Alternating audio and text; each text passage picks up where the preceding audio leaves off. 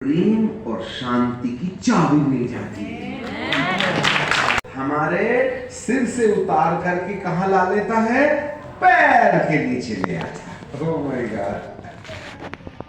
बोलिए शांति का परमेश्वर, शांति का परमेश्वर आपकी शैतान को तुम्हारे पांव से कुचलवा देगा। कौन कुचलेगा? मैं कुचलूंगा। कौन कुचलेगा? मैं।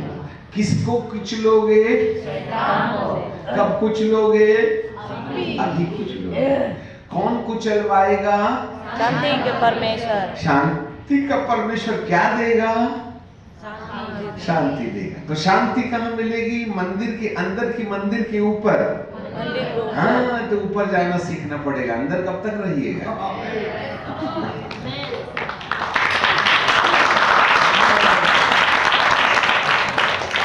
सब भिखारी की तरह सामने गेट से भाग जाते हैं।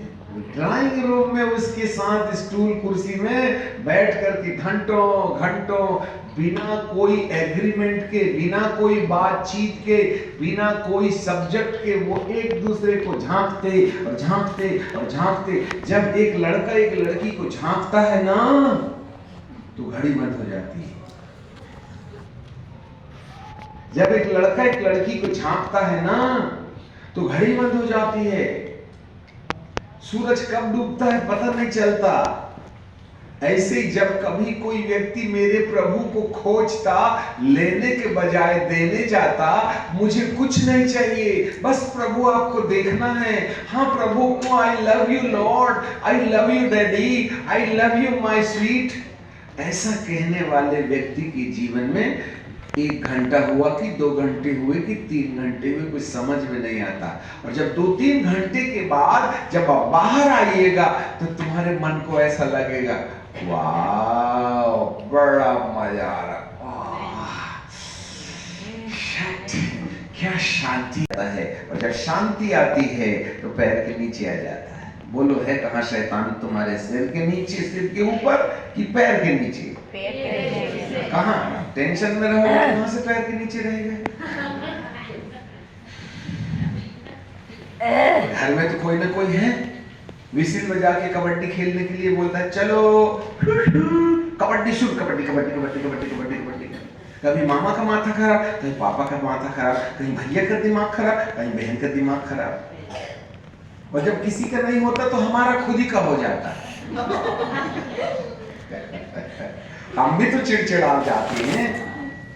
आप में से बहुत से लोग यहाँ चर्च आते हैं, आपके परिवार के बहुत से लोग आते ही नहीं। आपका भैया तो आता ही नहीं, वो तो दोस्तों के साथ गुलछर्रे उड़ा रहा। तो तुम टेंशन में रहती हो, यहाँ से दुआ करके जाती हो और भाई जाकर के कहता, कहाँ गई थी? चर्च गई। अच्छा चर्च गई थी, जब मेरे लिए दारू की दुकान से वो लेके आ, वो चरस लेके आ, भंग लेके आ, हमकल लेके आ, ढमकल लेके आ, नहीं तो देता कान के नीचे उठा के ठपाए।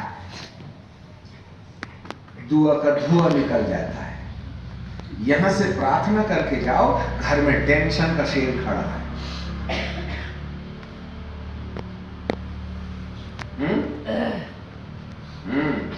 यहां से जाते हैं, पति कहता कहां गई थी? चर्च गई थी। 1:30 बज रहे, 1:30 भूखा बैठा हूं, 12 बजे रात खाता हूं खाना, तो मालूम नहीं।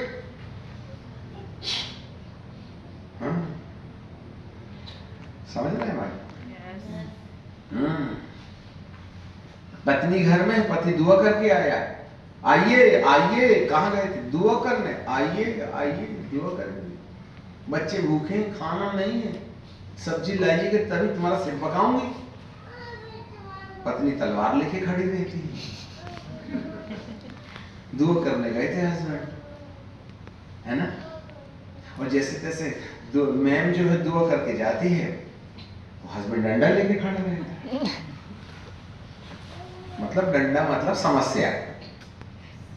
क्यों? ये भूत कर क्या रहे हैं? दुष्ट आत्माएं क्या कर रही हैं? इस सिरे में ना बैठी हैं। इसलिए प्रभु यीशु मसीह ने अपने चेलों को बरबस नाव में बिठाला और बोला, ए बाबू तुम जल्दी जाओ तो सही, मेरे को ना मंदिर के अंदर नहीं, मंदिर के ऊपर जाने के लिए थोड़ा समय दे दो ना, जिससे कि मैं अपने पिता को आई लव यू करके आ जाऊं। तो अंदर आते आते एकांत में भी जाना ना, तब ना मजा आएगा। ठीक है, अब चेले लोग चले बेचारे नाव खेल आए, 1 2 3, शाम को 5 बजे खत्म किया था खाना, 12 बजे से शुरू किए थे, 12,000 थे, कोई 200 नहीं ना थे। 5 o'clock they finished the lunch dinner, दोनों एक साथ थे। और इसके बाद चेले नाव में बैठे, चेले नाव को चलाते चलाते चौथे पहर में चले गए। पहला पहर 6 से 9 रात, शाम के 6 से 9, दूसरा पहर 9 से 12, तीसरा पहर 12 से 3 और चौथा पहर 3 से 5। शाम के 5 और 6 के दरमियान चेले नाव में बैठ के, सब ध्यान से सुनना, नाव में बैठ करके 6 बजे 5 से 6 के बीच में निकले और सुबह के 3 से 5 बज गए। 11 घंटे की यात्रा करके करके वह झील के ठीक बीच में पहुंचे। बहुत बड़ी झील थी। 11 घंटे की यात्रा के बाद, 11 घंटे की यात्रा के बाद वे अब झील के ठीक बीच में पहुंच गए हैं। और जब झील के बीच में पहुंच गए तब सामने से तूफान आया।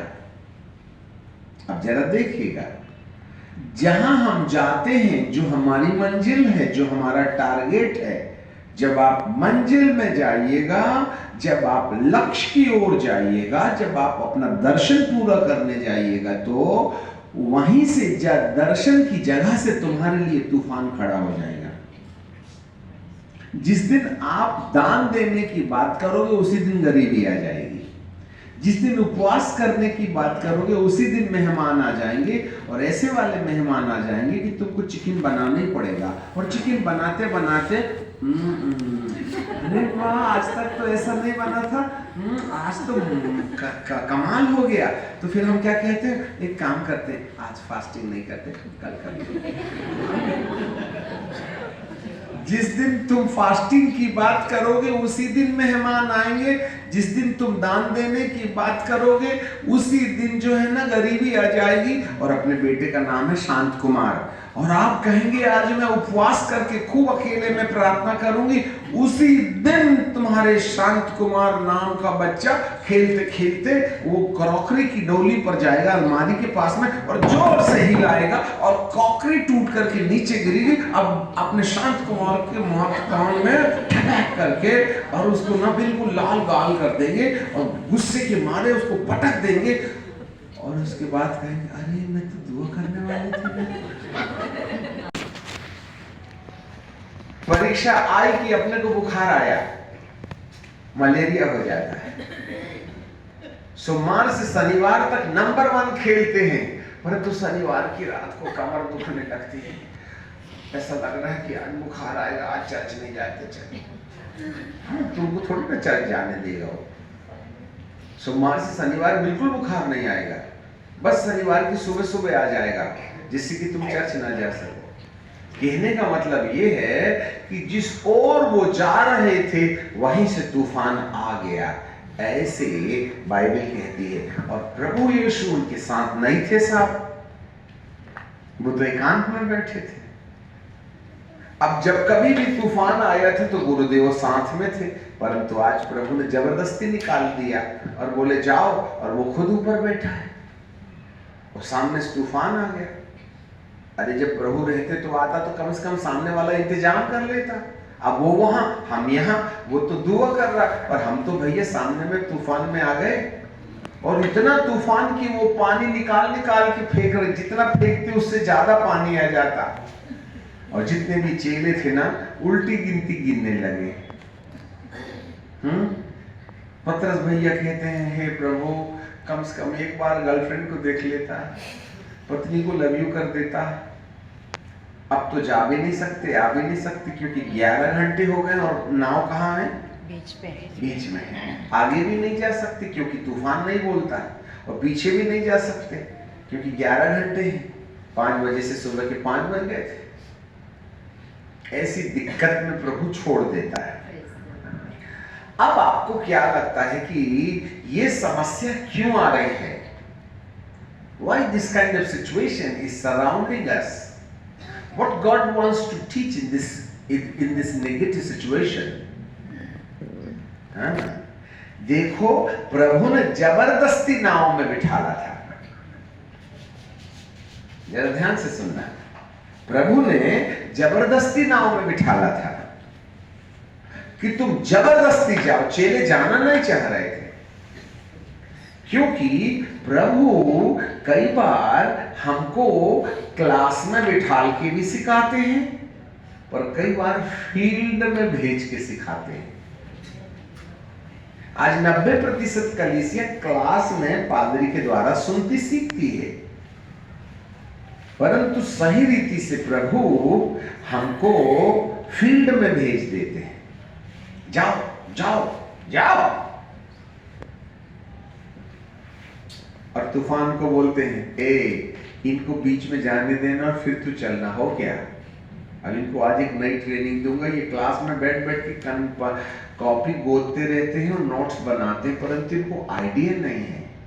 ये क्लास के स्टूडेंट, इनको प्रैक्टिकल स्टूडेंट बनाता हूँ। इसलिए एक काम करो, जैसे ये झील के ठीक बीच में पहुंचेंगे ना, तो वापस नहीं लौटने के लिए भी गुंजाइश होना और आगे भी मत जाने देना। और ऐ तूफान चलो तो भला। परमेश्वर कई बार हमें कुछ सिखाने के लिए कई परिस्थितियों को अनुमति देता है कि इनके घर परिवार में मुसीबत आन पड़े। वो आने देता है, because he wants to teach the lesson under the situation। अच्छे से याद रखना। इसलिए जब कभी बुखार आए तो टेंशन में मत रहना। आपका पति पीटे, बच्चे लोग सताएं तो टेंशन में मत रहना, क्योंकि कहीं ना कहीं तूफान आ रहा है तो प्रभु कुछ ना कुछ करने वाले हैं तुम्हारे साथ। शॉर्ट हैंड में चलता है उसका काम। अब उस पर चिंतन करोगे तब ना समझ में आएगा। ढाढ़स बांधो। मैं ईश्वर तुमको भेजा तो नाम वगैरह भी तो बताना पड़ेगा। आप अपना नाम तो बता दो। तो यहोवा परमेश्वर क्या कहते हैं? मैं जो हूं सो हूं। I am that I M. जाओ, जिसका नाम मैं है उसी ने भेजा है, बोल देना जाओ। यहाँ यीशु भी बोलता है मैं हूं। अब यहोवा में और यीशु में अंतर ही क्या रह गया? उसने भी कहा मैं हूं जो हूं। यहां भी प्रभु यीशु मसीह कहते हैं मैं हूं, क्योंकि जो भी पानी में तैरता है वो इंसान होता है, और जो पानी के ऊपर जमीन जैसे चलता है वो ईश्वर होता है। फिर से सुनिएगा।